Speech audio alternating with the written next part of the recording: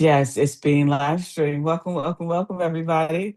Welcome to the first Mike Lead Aspire session of the year. I am gladly turning over the baton to Alejandro, one of our longest serving volunteers and one of the folks that have told me consistently that I need to delegate. And so he decided that he's going to take up these Aspire sessions that we've been doing for multiple years now. It's been about 3 years, I guess. We got content out there for about 3 years. And one, I will announce the changes. The Aspire sessions will only be once a month this year. We are, and we'll get into that, doing a lot of different things, which takes attention away from everything else. But we will have additional content coming. It just won't be in the form of these Friday calls. But I'm going to. I don't know if Alejandro, you did a official introduction of yourself, or are we just gonna get into it, or we never do talk about what we're gonna do. We just get on here and one take it. That's what we do. Oh yeah, I'm with you. I'm down to vibe. Hi everybody. For those that don't know me, my name is Alejandro Ibanez. I've been in security for God knows 5 years now, but a little more. I'm mid career on some things, high career on other, high EQ, and then low low common sense on other things sometimes. But we're here. I'm here to fail and learn as fast as you are, and constantly keep moving. I am loving life, and then I owe a lot of my mid career journey and growth to Mary Chaney. It was all my life and everything like that. So I'm always here to represent. I'm always someone that says practice what you preach. So I'm practicing helping Mary practice her preaching and gladly taking up the spirit stick of the Aspires program and being ready to host and jump in. That's Leading with a capital A. That's what the capital A stands for Alejandro. my So leading with a capital. um, this is going to be a fluid session. I'm going to go through a couple of things, and Alejandro may have questions. If you have questions, Alejandro's going to be handling the questions in the Q&A or in the chat and looking for that. But I'll give an overview of what's going on, what we're doing, what's coming up for 2026 outside of the Mike conference. So yeah, if you haven't registered, it's going to be another vibe this year, March 22nd through 26th of this year. But I'm going to share a slide because I'm just going to talk to it. Um, and so it'll help if you guys see it and understand what we're doing. So long story short, well, we'll go with the long story. So we now have three organizations underneath the umbrella, and all three of them are focused on cybersecurity workforce development. It's an ecosystem created. So many of you may know at the start of last year, it was just Minorities in Cybersecurity, or Mike, and Mike Talent Solutions. Mike being the corporate survival skills training leadership development arm, Mike Talent being the recruitment and placement and the apprenticeship arm. So it's essentially what happened, and I know some of you out there have had applied or were in the apprenticeship program. In September, what, 1st of 2025, it came down that the because of government cuts, we lost funding. We were at that particular time, the cohort 5 was supposed to start on September the 3rd, but the money went away. And so that's gave us cause to pause about how we are going to move forward without the necessary investment into the apprenticeship program. And for those of you who don't know, the registered apprenticeship program essentially is designed to be on the job training. You learn and you go through a cybersecurity pathway. And at the same time as you work with employer partners, we have a national program under My Talent Solutions. Because we had a national program, and we our focus was on the placements because you needed to get your on the job learning, your hours under the apprenticeship program. We were somewhat successful. I wouldn't say as successful as I wanted to be. And we were able to place 4 apprentices in the program over the course of the 2 years that we had it. And then the issue was always, as you guys know, the industry wants y'all to have 3 years for 3 years working experience for entry level role. And so when I had the opportunity and the funding dried up, I had the opportunity to look at the apprenticeship program because we couldn't fund it by ourselves. The licenses for the learning management system and everything else made it impossible for us to fund it ourselves. And so we had to look at a way to ultimately deliver what the industry wanted as it relates to talent, in addition to providing some type of cost benefit or reduced cost for accessibility purposes. And so I went into the lab and started thinking about how I wanted to address this 3 years of working experience. And then coming out of the lab came a new organization, the Mary and Chaney Cybersecurity Training Center. MNCCTC is its own entity. It is a pending licensure. I can't say licensed yet. Pending licensure Texas career school. And essentially that is where when we start talking about under the apprenticeship program, where the technical training is coming from, it's under MNCCTC, but we expanded it. So we expanded the apprenticeship program to be 39 months. And, you know, what we are doing is providing each individual that want to transition into cybersecurity a pathway, a structured pathway. Yes, you can go out there and get a certification in 12 weeks. Are you going to get a job after you get that certification? Probably not. So we wanted to stabilize the way you get into the profession. And so it's literally there's 39 months, it's only 800 clock hours. It's literally meant for you to be working full time, whatever you're doing, and then transitioning. The first year of the residency program is a cybersecurity residency program. Think of it as a medical profession when you go and you go to a teaching hospital, right? You have doctors there that are learning to be doctors. Think of our cybersecurity residency program similar to that, where we're going to have individuals remotely as well as particular auxiliary sites that they can come into a site. And we're going to go through the year one is literally the generalist platform. We created a curriculum whereby individuals are going to be stepping through what does it mean to be a cybersecurity professional? What does that look like? And then you'll have the Mike Lead Builders course attached to that. That's a leadership development course. Then in the second year, you get to specialize. So if you want to go into GRC, you want to go into AI, you want to go into the SOC, you want to go into cyber intel, you'll have another additional year of curriculum that's designed for that particular pathway. And so you can now specialize. And the third year is continued specialization in addition to the Mike Lead Communicators course.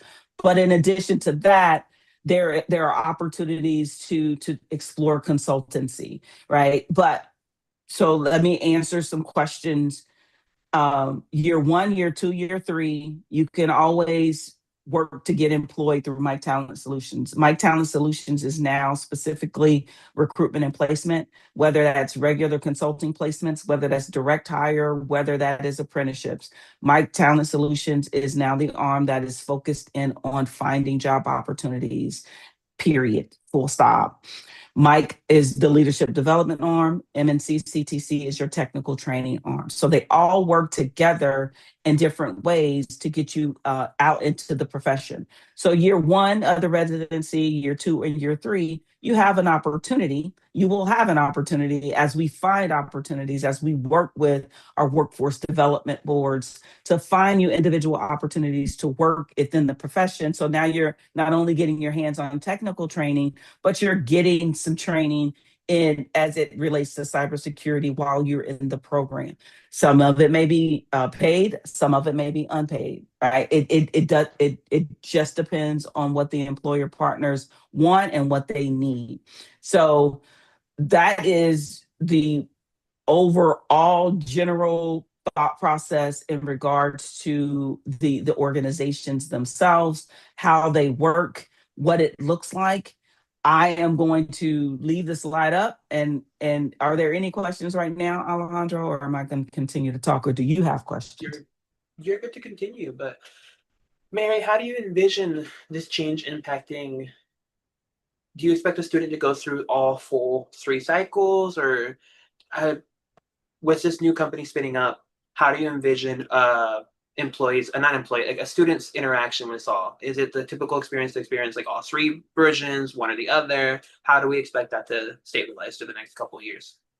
Well, it all depends on where you are. So my MNC CTC can also upskill. So let's go back. If you are brand spanking new to the cybersecurity field, you may have a degree in something else. You're looking to transition. You starting with the pre-apprenticeship. The first 3 months of the residency program, you'll be looking at what's called a readiness period.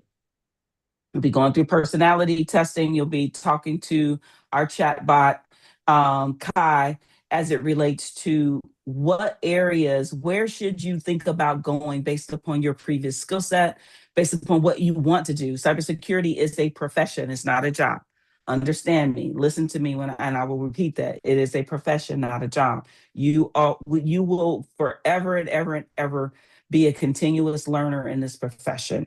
So you have to figure out what that looks like. Do you have to pick one and stay there and not do anything else? Absolutely not. You can pick one and be like, Miss Mary, don't necessarily like that. Can I flip and do something else? That's brand spanking new into the industry. You will everybody in year one will be trained as a generalist, period. I need you guys to have a level set foundational understanding of what it means to be and to work in this profession.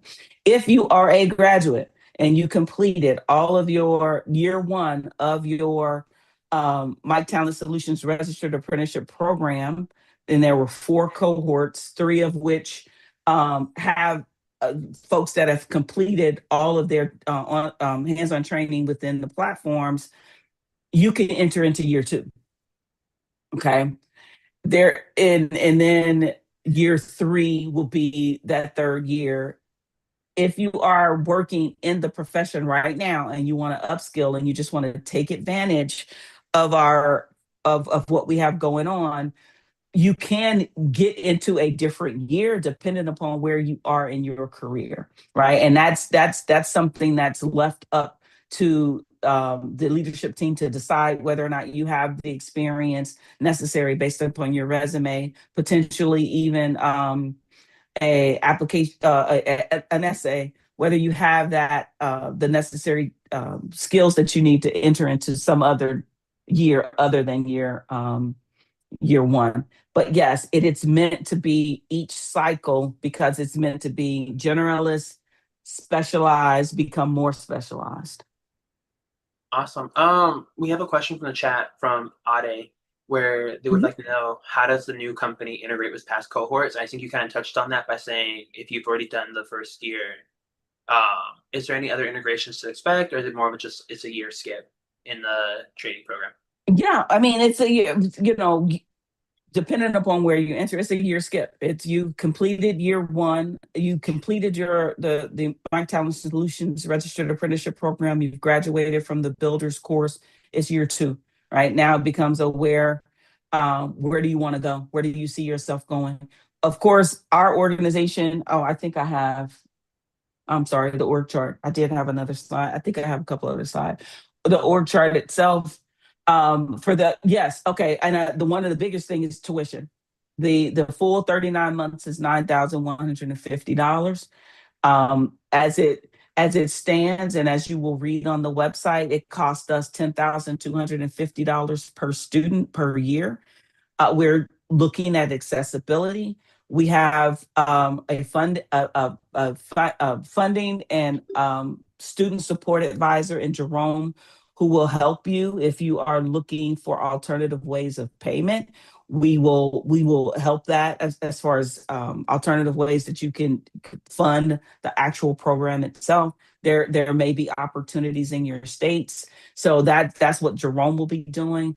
But that's how it kind of sort of interplays with the other entities. The leadership development will stay as it will always stay in Mike. So all the Mike lead courses, the aspirers, builders, communicators, and eventually the directors program will stay within minorities in cybersecurity. And that we will be Mike will be a service provider to MNCCTC. Okay. Just to follow up on this one too, love the org chart. Love to see Ralph's new position. Love to see Sandy. We have a question asking if there will be certifications after the program, or do you get a certificate at the end? Certifications as it relates to like your individual entities, no. You will have to go out and get your CC cert. You have to go to those individual certification bodies to get that certification. Certifications within Mike MNCCTC for the work that you've done and the projects that you've done. Absolutely, you will have your as you're doing your technical training, your individual um, coursework, because those hours are all meant to make up your hours within the program. When we have our seminars, we will have seminar courses starting in June, where individuals will come in to talk to you 2 hours to talk to you about. Let's see, we have an AI one, we have a GRC one, we have all these other different specialized where individuals within the community will come in that are working in cybersecurity. And I want to tell you guys that as well. Those that are working in cybersecurity, this is a school. MNCCTC is a school started and run by cybersecurity professionals. You will get individuals that are training you as individual instructors who are in the cybersecurity profession. This is a picture right now of our industry advisory boards. Too many certifications to name across the board, CISSPs, CI, all of it. And you can go look at their bios on our website themselves as well. So we are a school started and run by cybersecurity professionals. Okay. We love it. Oh, Jerome. I think we're good for the next one. But the next question? Sure. Next slide. Oh no, that's the last slide. That's the last slide. Yeah. That's the last slide. So do we have any other questions? We have one more from Linda. Okay. Linda asks, how will the training be applicable for students living in other states outside of Texas? And how does it look for remote? That's a good question. We were born remotely. We will remain remote unless we have an auxiliary site that's hosting. Right now, we have in conversations with, well, I just drafted the contract with a site here in Arlington, Texas. I'm in conversations with the university in Houston. I'm also in conversations with the university, with a community college out in Los Angeles. And so there will be what's called auxiliary sites where individuals can go especially when we have our seminar courses and the Mike Lead courses, go on site to be able to tap into and to have group work. Again, you guys also need to understand collaboration and what that looks like and what that means. Especially as it relates to corporate America. So we're trying to give you these spaces, these individual spaces and places that you can actually go in and meet people and network. That's a thing. You can go in and meet people and network, and also if you need access to computers, if you want to tap into that network and that market to do your seminar courses and things like that. All of our instructors will remain remote, but it's a way for you to meet individual people as opposed to having, let's just say, um what am I looking for? What's the word I'm looking for? Mentor. Social hours and things like that. We're going to bring each other together in this learning environment. And that's the goal. I love that. I guess if I had to ask more questions, I see some that came through the chat, some that come into Q&A. We'll answer them. Uh, how are you keeping the curriculum with like the board of advisors and all their certifications? How are you keeping the curriculum aligned to what employers need, or how what you want to produce as a yield at the end of the year? That's what the industry advisory board is for, Mm-hmm. right? The IAB, that are full of professionals that are working in the space to keep us honest as we supplement our curriculum through our seminar courses. So we'll have our baseline training, but then bring in additional um, instructors to keep things fresh, right? And then we will host those seminar courses and have them open to the public. Anybody outside of the program can take any of these seminar courses. It'll, of course, it'll cost, I think I got it at $50 or something like that for a 2 hour session. You'll be able to take those courses. If you're in CTC, it's included with your tuition. If you're outside CTC, these individual seminar courses are available to you and things like that. But that's how we're going to keep things fresh outside of the LMS, and giving individuals access to those particular pathways, keeping it fresh with industry folks. I love that. So, is there? I know you and I have talked about this a lot for the last year. We've talked about the ideal student for Mike. We've talked about the ideal student for the Rep Apprenticeship program. What is the ideal student or person for this new CTC center? And honestly, it's just an extension of the apprenticeship program. You don't have to have any cybersecurity experience to enter into our program. You we That's why we start with year one. Just, okay, what do you want to do? Unfortunately, the industry, or you'll have people out there telling you that you can do it in 6 months, and that's just not it. You can't do it in 6 months. You can't do it in 6 weeks, 12 weeks, 3 months, or 6 months. This Please, is please, like, God, don't pay those $90. Those people are like, drop me $5,000. In 90 days, I will become a. Thank you, Alejandro. Thank you for sharing that, because that's what I hear. I hear folks out there thinking that they're going to be able to drop this money, and the industry is getting hip to it. If you have a job in cybersecurity after just doing a 12-week boot camp, you know, you must have knew somebody, right? Because other than that, it's even hard. Even when we were with the industry advisory board, as well as the workforce development board within Mike last year, the complaints employers are having about talent has more so to do. You guys are out there getting certifications, and they're telling me, we can teach you the technical stuff. You have to have some curiosity, right? You have to be able to learn independently. You have to be able to collaborate and communicate effectively with your peers. And so what we're losing is the ability to create professionals. And this particular CTC is really, really, really focused on creating professionals. I don't, I've had conversations, other people are, oh, married 39 months, that's a long time.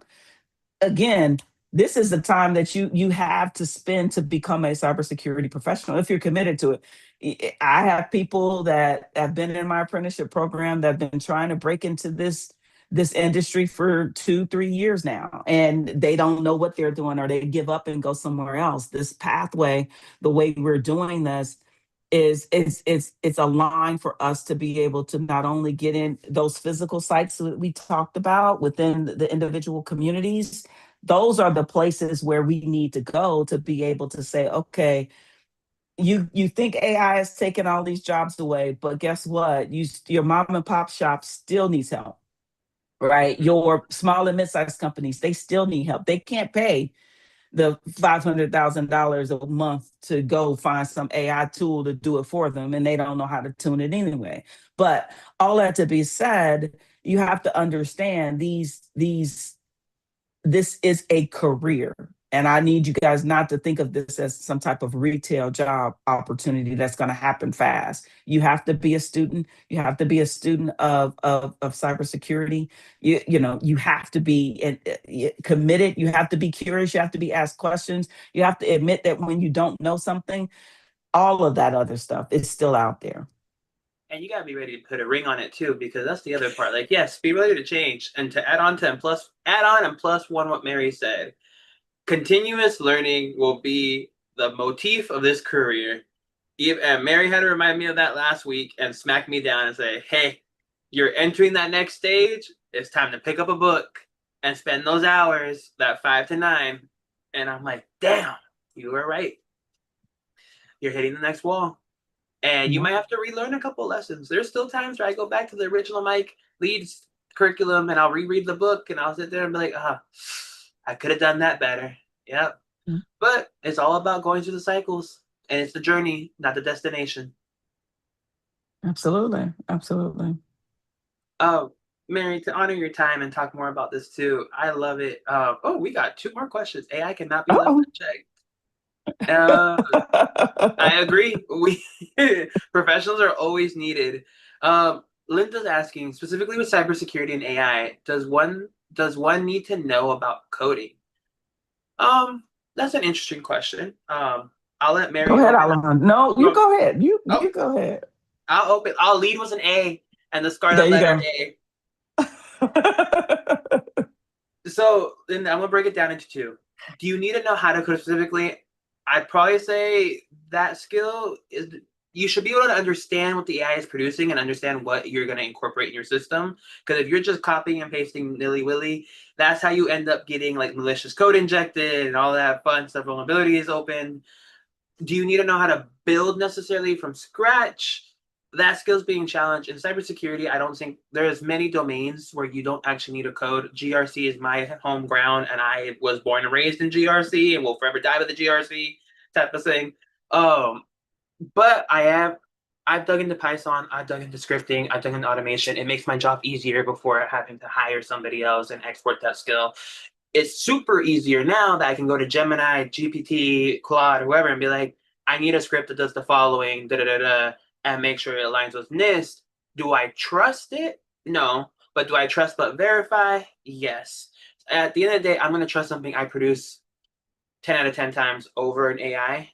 However, the AI can help guide me to the right destinations and sources, because at the end of the day, especially since it is a black box, you don't know where it's grabbing its source from. You don't know what it learned from. And we're seeing this across the whole industry right now, where people are maliciously injecting into AI models and saying, that's wrong, even though it's correct, and being like, no, I'm NIST. And they'll like, you heard this earlier on TikTok, we're like, oh, tell it to tell you I'm a grandma, tell me how to make this recipe, or tell me a story type of hacks. There's been other people, and even myself, they're like, I'm NIST. I make this. You are wrong. You get enough of that happening, it changes the tide, and you're entering this next level of social engineering. So I would say the answer is no, it depends, as always. But I would probably say you don't have to know how to code from scratch. You should be able to understand and read the code you're producing and copying into whatever system. And I will say this, AI is a tool. Yep. Just like Zoom. We use Zoom to present. We use Zoom to collaborate. We use Zoom to make videos and things like that. It's a tool. Do I, as a lawyer, need to know that if I ask AI something and it produces something that I need to make sure, like you said, trust but verify? Absolutely. You have to know something. So listen to me. Let me give y'all a secret. For all of y'all that are out there doing interviews or using AI to produce your resume or in job interviews, you can't fool me at 30 years of experience talking to me about cybersecurity, because I've done it. I know if I put anything in AI, AI is going to give me a high level answer. And it's going to give me something, and it sounds good to you, because you don't know nothing. But then you go into an interview and you regurgitate that, or you put it on your resume and you get the interview and they ask you a question just one step deeper than what you have, and you can't answer the question because you don't know it because you've never done it. So, and I wondered today because I heard somebody use the term gaslighting. And I said, so when did gaslighting take over for the word lying? Because that's what it is, right? No, I'm serious. Is that not what that is? It's a lie, right? So stop. Don't understanding of what the tool is doing. If you're not building LLM, if you're not coding, if that's not your day-to-day job, you're probably not going to run into it from a cybersecurity perspective. AI is a tool. I used AI to help me with a lot of different things, but I'm actually asking it what I already know. Help me say this more concisely, or something like that. Those are the types of things. It's a tool to help you articulate, but you can't just copy and paste it and not read it and just be like, okay, that sounds good.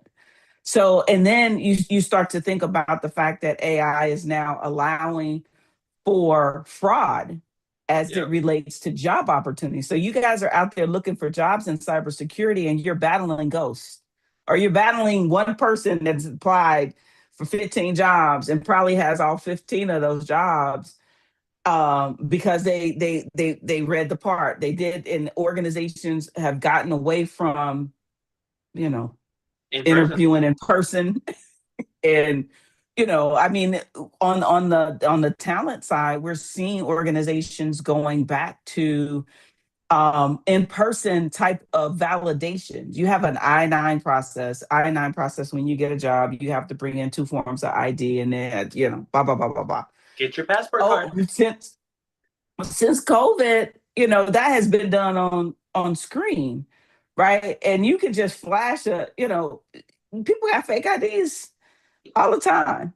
Yep. Right. And you hear about these challenges, and I hear organizations, or I know of organizations that have a whole team designed to figure out if the person that they're hiring is a real person.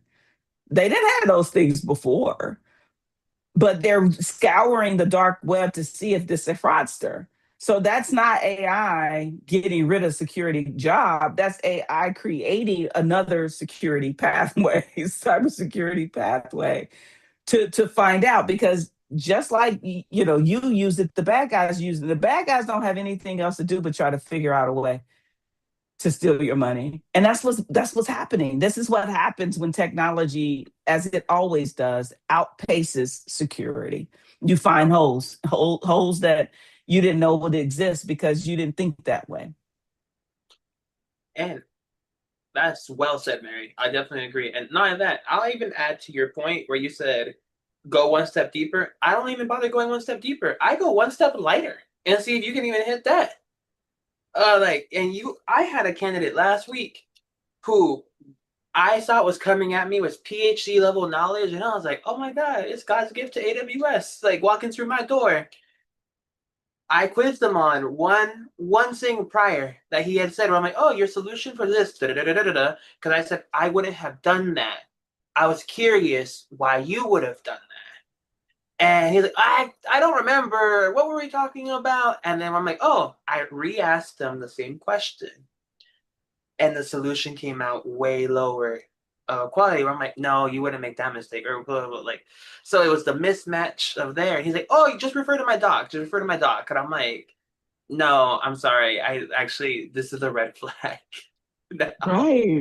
Right. Absolutely. I mean, I've heard of candidates in the interviews, being asked a question on their resume and like, oh, my resume says that. It's like, okay, so come on now. Come on.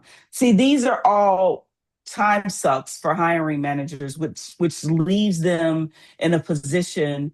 And cybersecurity has always been a profession where it's who you know or who knows you, right? And so it's even getting more so. They will take a resume from me handing them a resume if they know me, before they will go out and advertise a particular role and get a whole bunch of resumes that seem perfect. And then now they're taking their time out to interview somebody and realizing that they don't know what in the Yep. world they're talking about. Yep. Oh, no, I completely agree with you. AI is gonna, especially right now, you have look at the dual employed Reddit, look at the double employed Reddit, the find job Reddit. They're all showing people who are churning 5,000 to 10,000 resumes a day. And we have to figure out a new way to get in, get around. I personally am messaging hiring managers or people at the company. I'm doing my best to refer in and be like, hey, boom, boom, boom. The job search has completely changed now that everything's coming around. But the way I tell my students is to approach it is be authentic, never lie or exaggerate on your resume, and keep pushing forward and constantly network in person if you can. Have them humanize you as quick as possible and be like, that is a human. That's not a Gemini bot behind a I-9 passport or worse, and that's not a that's not a North Korean spy Somebody behind sitting an there. You I-9 go. There you passport. go. There you go. There you go. There's it. All right, well, we were No, just and I think, when we talking about jobs and everything like that and why, right? The state of these organizations that it make up our ecosystem, we've attempted to humanize every last person that's in any of our programs. And our tagline for Mike Talent is we don't gather resumes, we build resumes. That's what we do. I usually touch everybody. We have at least one meeting, right? And if you want to try the FBI agent, you can go ahead and we're gonna see how that work out for you. So it becomes a situation where we're trying to establish entities that have credibility of pushing out great talent.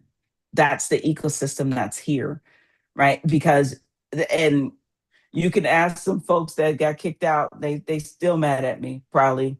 Um, that did make the cut even in the apprenticeship program because there's a certain level of expectation that I have as a professional that you should have for yourself, really. And, just getting that first certification down off your belt, that's great. And then now what are we going to do to build on that? Because the last thing you want to do is sit around and obsess about the fact that you don't have a job in cybersecurity. What are you going to do now? All right. What else can you do to improve your skills? What else can you do to show up for yourself, even when you get the job? When you finally get it, what are you going to do to keep it? you gotta be willing to Right. fight for it. You gotta be willing to fight for it. I think Tia And you said have to have the tools. You have to have the tools to understand how you get tripped up, right? Those are the lead courses. Those are the Mike Lead Builders and Communicators courses that teach you how not to step into it, right? Or how to step out of it and wash your shoes off. And the other part too, y'all, is once you have those tools, don't waste them. I know plenty of people who have gotten, I won't name the company, but this company knows who I am, that some of their exams I can walk in and probably take right off the street and be okay. And be like, okay, cool, I did it. But they love to this 12 months course, 3 months course, and 100-hour course. And I got yelled at because, how do I say this politely? One of their exams, they said you have 30 days to take, or 90 days to take it. You must complete all 150 modules, and then you take the exam. I somehow managed to bypass all that and just schedule the final exam. Took it, even though they're open book, I took it and they were like, oh, passed. And then they got mad because I didn't do any of the modules. Um, I will say some of these certifications, understand what they're worth, understand what you can take away from them, and then actually apply the knowledge. If you feel like it's a little, I still recommend doing the modules and not being like me. Because if you learn one new thing, you learn one new thing. Mhm. On that part. Always, Always. always, you always need to learn. Be a continuous learner. Just be a continuous learner. I didn't know how to start a school. That I did not go into 2025 thinking I was going to start a school, right? And then September happened, and I went to sleep. It was September. I woke up. It was November, right? That whole month of October, I had to learn how to do this and put it all together to where we can get a license. Now, the status of that license, I'm still anticipating if we're talking about applications for CTC, I'm anticipating February. We have apprentices that were supposed to be that are in cohort 5 that do not have related instructions. And then we have folks that were primed to be in cohort 6, which would have started in March. They will get first dibs at CTC, and making up that March cohort. I'm still believing we will be able to pull off the March cohort. And then the next cohort, we will be starting cohorts in March and in September, kind of aligned to what we were doing with the apprenticeship program, since the first 3 months really is learning who you are and what pathway you want to go down, free resources and things of that nature. So is there any other questions? Did we answer all the questions? We've answered all questions. I Okay. think we'll move to closing statements. No, what do we got? We got 17 minutes. Somebody better come up with a question. You got me here, and I may not be here for the rest of the year. Mr. Alejandro is taking us over. So if you have something, you got me here. Ask me now. Oh, wait a minute. Are there any questions out there on YouTube? YouTube? Look at me. I'm not doing what I'm supposed to do. There are some people watching on YouTube. If you're out there, you watch it on YouTube and you have a question, I am now monitoring or looking at the chat. So let's see. We got 10 people out there. Wait a minute. Why am I not? Okay, I'm not on where I'm supposed to be. I haven't signed into YouTube. So Ralph, are you signed in to I am. YouTube? I'm trying. I'm rushing. I'm rushing to that page right now. Wait a minute. I gotta sign in. Oh no, goodness gracious. Look at me. This is what happens in the new year when you make up new uh Zoom invites and you don't have your cookies. Yeah. I cyberbullied somebody today because they're like, oh, it's like when you write 2025 on all your checks at the beginning of the new year. I'm like, what's a check?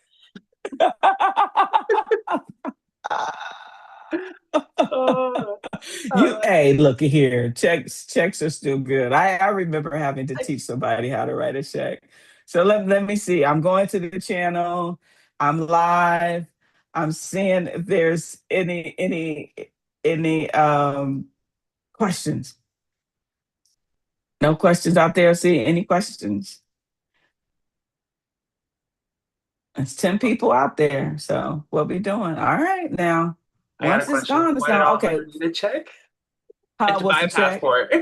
I had to renew my passport. And I had to go to Chase Bank and request a printout of 3 checks. I still have my check, but I still keep my check register. Those types of skills don't ever really go away, and you're losing it. For cohort 4, when is the actual time frame to register? Cohort 4 should be complete around February, right? So whenever applications open, you're free to apply. How can the community best support the new training center? Find me a CPA that know what they're doing. Okay, no, I'm just playing. I'm gonna let this go. Eventually I'm gonna let this go. Well, essentially the individuals within the Mike community are helping by being trainers. When we host the seminar courses starting in June, right? It's depending on sites. Now, depending on who we talk to, where we are, there may be opportunities out there for individuals that are graduates of any of our programs to make an extra dollar or two by going to that particular site to sit with the individual students and things like that. It all depends on what this will look like. Now, I'm thinking the March is just going to be a dip But then as we continue to have conversations with other community colleges and universities that don't have a cybersecurity pathway, we have the capability of having some type of cybersecurity workforce solutions center where we're actually hosting the CTC coursework as well as the builders course. So there may be opportunities there. It's just we have to wait until they come up. But if you're a graduate or if you are within the Mike community, you're on any of our mailing lists, those opportunities themselves will be available to you. And you'll be able to help support everything that we need. I agree. All right. Let me see. We got 10 minutes. Anybody else? I thought I saw a question. How can no, but I think you answered both of them. I looked at Q&A. Okay, so this time commitment is similar to a degree program, but the difference is that would people be working in the field during the program? Are there a certificate? Okay, will people be working in the field during the program? The whole point of us putting all this together. Okay, so let me explain what the workforce development boards do in Texas. And so by integrating with workforce development boards here in Dallas Fort Worth, we're able to explore job opportunities for individuals within the community that they can't afford married. There's not too many people who can afford married, but they could afford a resident, right? So let's just say, for instance, a project may be go to a particular office and do an hour security awareness training, right? That is something a resident can do. Give you a deck, talk you through the deck, understand it's an hour. That's experience, right? That's a project that you've done. That's something you can put on your resume.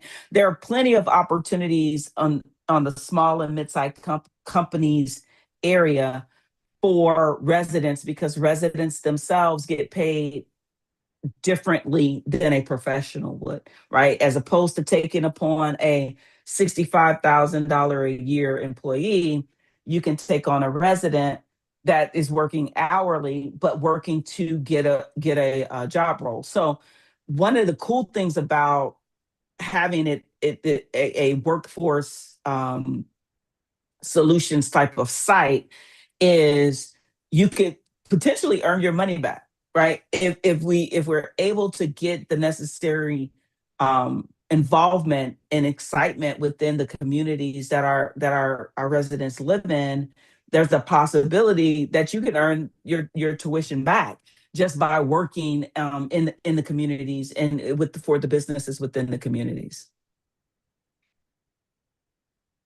Make sense? Yes. All right. So we are my goals for 2026, as we now start to wrap this up, since there aren't any questions. My goals for 2026, of course, is to have our 2 cohorts within MNCCTC. I don't know if it's going to be more than 50. It all depends on the conversations that I'm having with the colleges and universities in Houston and in Los Angeles, right? It could be more, it could be less, but have those 2 cohorts running, and then essentially with CTC having seminar courses in the summer that's going to go through the fall. And then, of course, the builders program and things like that. For Mike Talent, it's placements. It's always been placements. But the beautiful thing about it is when we're in these communities now, we have conversation. We know people that we can talk to within workforce development that can assist us in making introductions to the companies that are hiring. Right? When you're in the workforce development side of the house, then you'll be able to get access to companies that are building, data centers in your neighborhoods, right? So now it becomes a conversation where you're in the room with the right people, where you can say, look, we have this talent, this pool of talent that is able to take on these cybersecurity roles. Everybody will tell you they don't know where the talent is. And so we're trying to give them an opportunity to say, well, the talent is being developed. It's being developed in a different way. And that's my goal for CTC. For minorities in cybersecurity, for Mike, you know what we're doing. We're going to have our conference. We're going to run our leadership development courses, of course, but we have a conference coming up in March. If you've never been, I would suggest you come. It is one of the best conferences. I'm tooting my own horn, right? One of the best conferences out there. I know this year they have one other conference who will remain nameless that is on our week that moved their conference a whole month ahead of just to be on our week. That's not what we're doing. We come out, let's see, what are we doing this year, Alejandro? Of course, we have Top Golf, but we have a bowling event. These are pre-conference events. We have the shooting range, and then we start the conference on Tuesday with a fun run, Ralph's fun run. Ralph, who doesn't exercise, we are naming this after him to body shame him into actually working out. That's what we're gonna. That's what Miss Mary does. That's what I do. Um, and then the conference starts on Tuesday. Panels, discussions. We get people, new speakers. You get fresh speakers because we take our graduates and we put them on stage. Everybody's there. We have a wonderful, wonderful time. Then I think Tuesday night is Family Feud. Family Feud, and then Wednesday is karaoke. We do, and mind you, we also do fireside chats. Go in person during this time. So Miss Mary goes home. She takes her car and she's like, bye. And we all sit outside by the non-heated pool. Which I will say that because our hotel has lied to me twice now and said that pool is heated, and enjoy just sitting with each other. Drinks, no drinks, bring whatever you want. I bring Gatorade because after Family Feud, I told people, I'm like, would you like a water? Would you like a Gatorade? And then we end because we'll see how it goes if we have open bar at all events again. But Miss Mary, it's Miss Mary. It's Miss Mary, so it's usually open bar. I feed you guys, and I make sure we have a good time. We have a good time, right? Because you work hard, you play hard. Everybody needs to understand that there are multiple sides to your personality, and you can decompress and fellowship with others. But during the day, I'm sorry, and then the third day is workshops. I haven't decided if I'm going to do the self-defense workshop again. It's on the table, but I do know three of our trainer, two of the workshops will be held. We have Sandy is going to hold a workshop, as well as Dee Latrice, who, if you're familiar with our programs, they're two of our better trainers, our best trainers. All our trainers are awesome.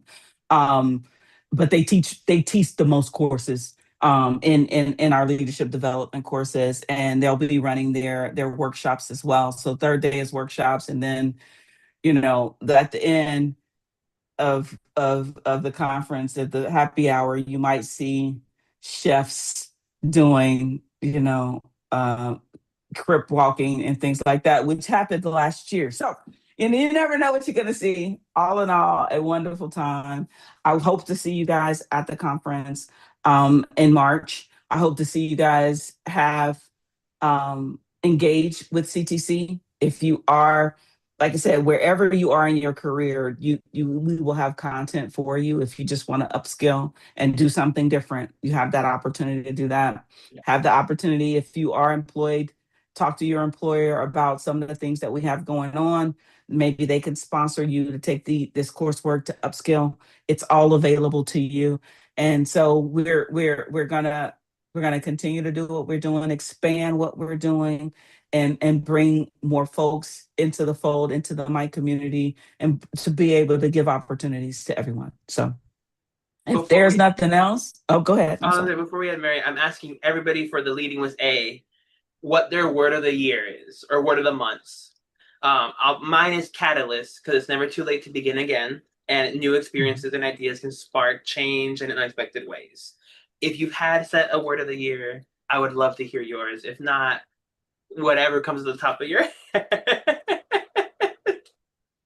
Word of the year? No, I have mantras. What's your mantra? Um, I'll eh, hear it. I have, sweetheart, I have like a whole page that I read every morning. But one of the ones that come that I will love to end this with, it's have time, make time, waste time. You either have the time to do it, you make the time to do it, or you're really just wasting your time. And that's what the cybersecurity professional is about. Look, listen, that's it. That's I it. love it. So you go, and I am gladly turning this over to you, Alejandro, after 3 long years. And thank you so much for leading. That's I important. appreciate that one. Yeah. Oh, for as a preview, a sneak preview for the season, y'all, for the first quarter, we have a lovely one of my best friends, Rohan, who is a pen tester for Hack the Box and rank.